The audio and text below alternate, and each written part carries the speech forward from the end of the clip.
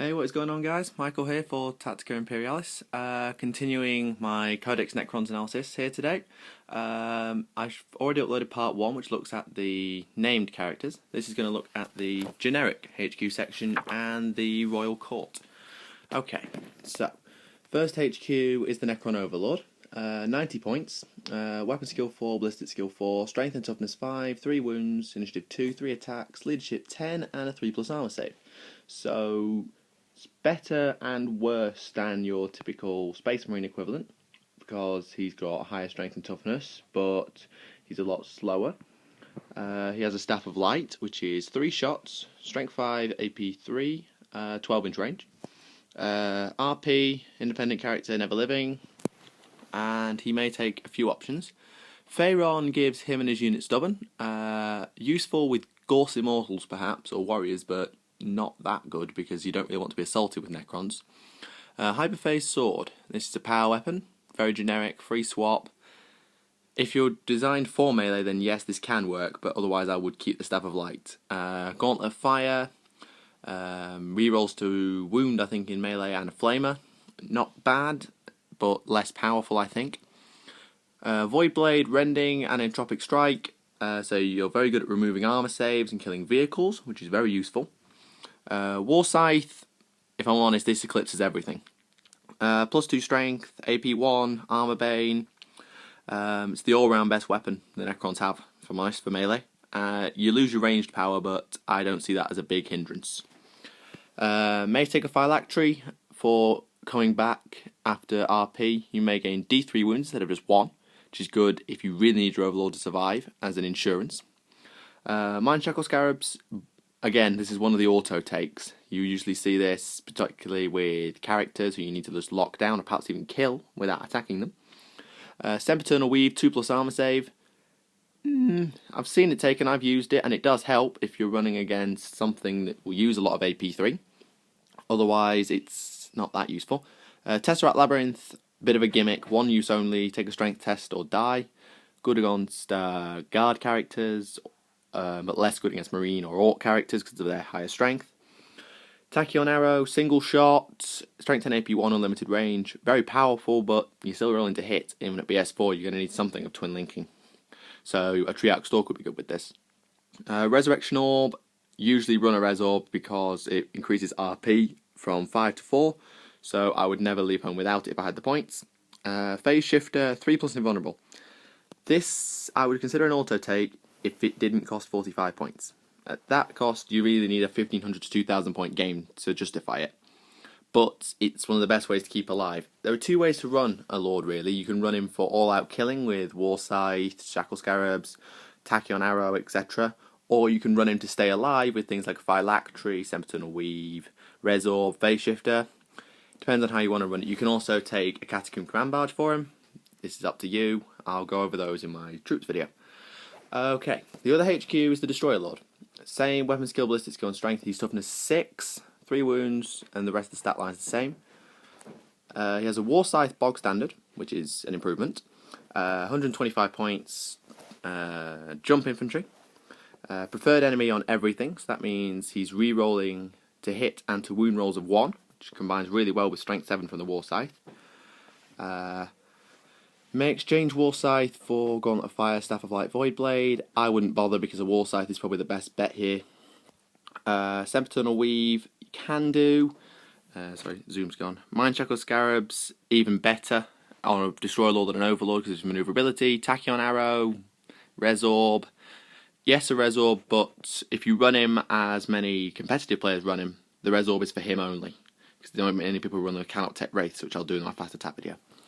Okay, most named characters, not all, and the Overlord may take a Royal Court. This does not take up a HQ slot, but it consists of up to 5 Necron Lords and 5 Cryptex. The Necron Lord is weapon skill 4, BS4, strength 5, T5. Is basically an Overlord with 1 less attack and only 1 wound, and no independent character. Same war gear options, apart from Pharaon, and he doesn't get a phylactery because it's pointless.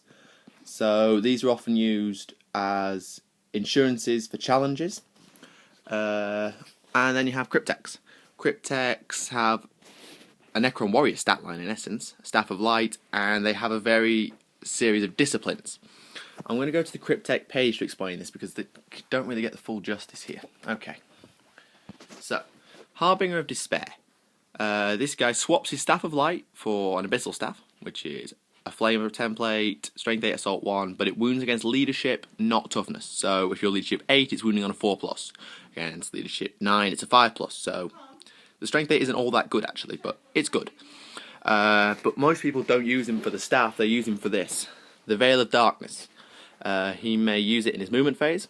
He takes his unit and teleports. If you saw my Orc HQ video, this is very similar to what a Weird Boy can do when he gets the Here We Go power.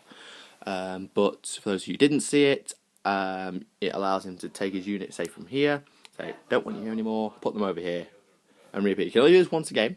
You can't do it if he's in melee, so use wisely. The Nightmare Shroud, use a unit within 18 inches of the Cryptex to take a morale check.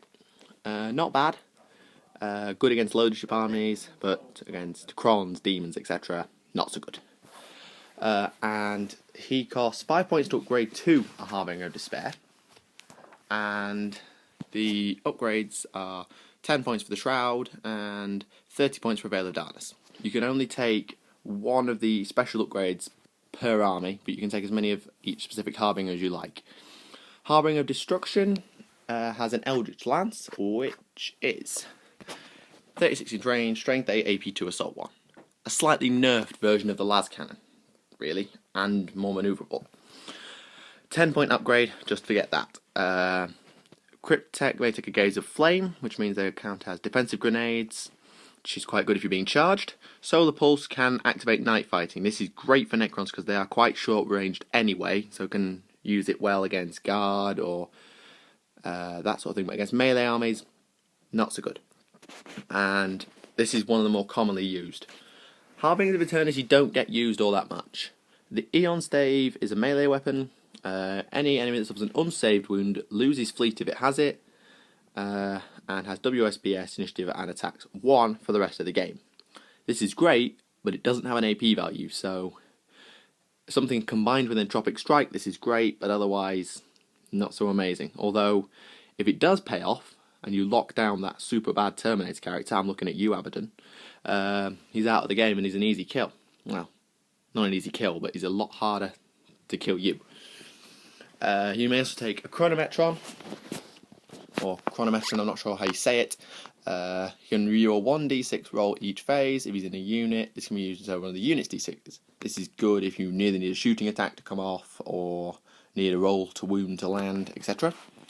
Time Splinter Cloak is basically a phase shifter, which is good, 3+ invulnerable, but again it's quite expensive and you require the Eternity upgrade. Harbinger Storm, this is the anti-vehicle guy. Voltaic Staff, short range, strength 5 AP nothing, 4 shots but Haywire, which is in the 40k rulebook but is also explained here. Take a glancing hit on a 2-5, penetrating on a 6. The best vehicle killer out there, particularly with 4 shots. He may take a Ether Crystal or an Ether Crystal. Enemy units arriving by deep strike within 6 inches take hits.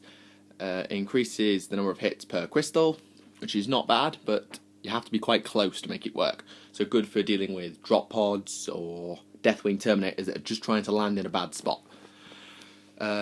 Lightning Field, anything that assaults him takes the hits. The rest of this unit loses the ability to remove its casualty, yada yada yada. So this is good for orcs or guardsmen who are assaulting in because it would just kill a few of them quite easily. And you see these particularly against tank heavy armies because, well, Haywire is brilliant at this. You don't see the Harbinger of Transmogrification, which is disappointing because infinite range, strength 6, entropic strike, pretty good. Seismic Crucible, reduce assault moves. Tremor Stave is the staff weapon, which is a small blast, strength 4 AP nothing, and they treat ground as difficult terrain. This is brilliant again for Nids, Orcs, assault-based armies. I like Transmogrification, but I don't use it all that often. In terms of which Cryptex you see and which ones I use, hang on, I'll refocus this. New piece of tech. So I'm going to lose the skipping problem that I've had on my Orc and Guard videos, but I could have some focusing issues. Despair runs well with death marks because Royal Courts can be split up. So if you take 5 Cryptex, you say one goes with this Warriors, one goes with the Immortals, one goes with the Lich Guard, one goes with the death marks, etc. Destruction you see often in tank hunting units like Gorse Immortals or Warriors. Eternity, I think they're quite cool because they can lock down a cool character, but they're very situational because of the no AP. Storm, I used to run a Harbouring in the Storm when I was facing anything that I knew would bring a tank to bug me. 4 shots, you're even likely to hit a flyer. Transmogrification, you don't see, I never use them that much, but I do think the Harp of Dissonance is a great little weapon. Okay, Cryptex are 25 points basic, and the upgrades and disciplines are here. So, Despair 5, Destruction 10, Eternity and Storm 3, Transmogrification 5, so they're not bad. I've gone over the Lords. As I said briefly, you can split them off into Warrior, Immortal, Lich Guard and Deathmark units if you don't want them to stay with the Lord, although there is something called the Royal Court Disco Inferno. I love this thing. It's basically Overlord or named character, spammed out Royal Courts, practically tough to kill, because you can just spam some Eternal Weaver, Mind Shackle Scarabs, Resorbs, and it just really messes with opponents' heads. That concludes HQ. Next video we'll do the troops and the dedicated transports. If you enjoyed the video, be sure to leave a like, and if you have any opinions, please leave them in the comment section. We do enjoy hearing from you guys. I should be doing something with the new White Dwarf as well pretty soon because, well, I said I was going to, and I analysed it myself with the NIDs, because obviously we have a NID player and I want to speak with him about it. I will have the battle report as soon as I can. If I haven't done so already, I apologise. Thank you for watching. My name is Michael, and I will see you again.